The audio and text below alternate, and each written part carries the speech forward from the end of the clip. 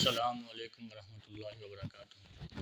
تو اچھا پیارے بھائیوں اور پیاری بہنوں، ہم نے ایک دو دن پہلے غسل کا طریقہ بتلایا تھا، اور کئی بھائیوں نے یہ سوال کیا کہ غسل کرنے کے بعد اگر بندے نے نماز پڑھنی ہو، غسل کرنے کے بعد اگر بندے نے نماز پڑھنی ہو، چاہے ہم بسری کا غسل کیا ہے، چاہے احتلام لاحق ہوا ہے پھر غسل کیا ہے، جیسا مرضی، یعنی غسل کرنے کے بعد بندہ اس غسل کے وضو کے ساتھ نماز پڑھ سکتا ہے یا نہیں پڑھ سکتا۔